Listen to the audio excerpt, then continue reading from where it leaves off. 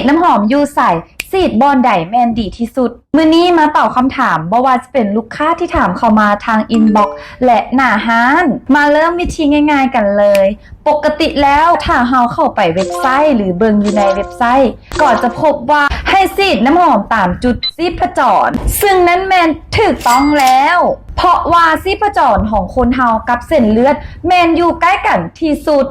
และสำคัญคือการที่เส้นเลือดใกล้กับชีพจรเฮ็ดให้มีความร้อนเวลาน้ำหอมฉีดลงไปแล้วจะเฮ็ดให้บอนนั้นติดทนดีที่สุดเว้าง่ายๆเลยว่าถ้าอยากเพิ่มความติดทนให้กับน้ำหอมต้องฉีดตามจุดชีพจรของคนเฮา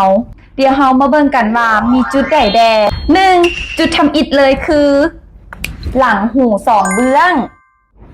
จุดที่2จุดนี้สำคัญที่สุดถ้าหากว่าโบฉีดแล้วจะพลาดที่สุดเลยเพราะจุดนี้เป็นจุดที่เฮ็ดให้คนเหลียวหลัง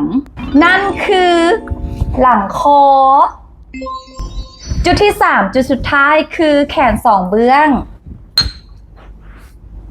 ทุกคนสามารถเอาไปฉีดตามได้เด้อรับรองว่าน้ำหอมจะติดทนขึ้นสามารถฉีด3-5สเปรย์เท่านั้นเด้อเพราะน้ำหอมของแท้จะบ่จำเป็นต้องฉีดหลายสำหรับลูกค้าท่านใดอยากได้น้ำหอมของแท้หรือว่าอยากลองก่อนอยากรู้ว่าตัวเองมีคาแรคเตอร์แบบใดสามารถเข้ามาลองฟรีอยู่หน้าร้านได้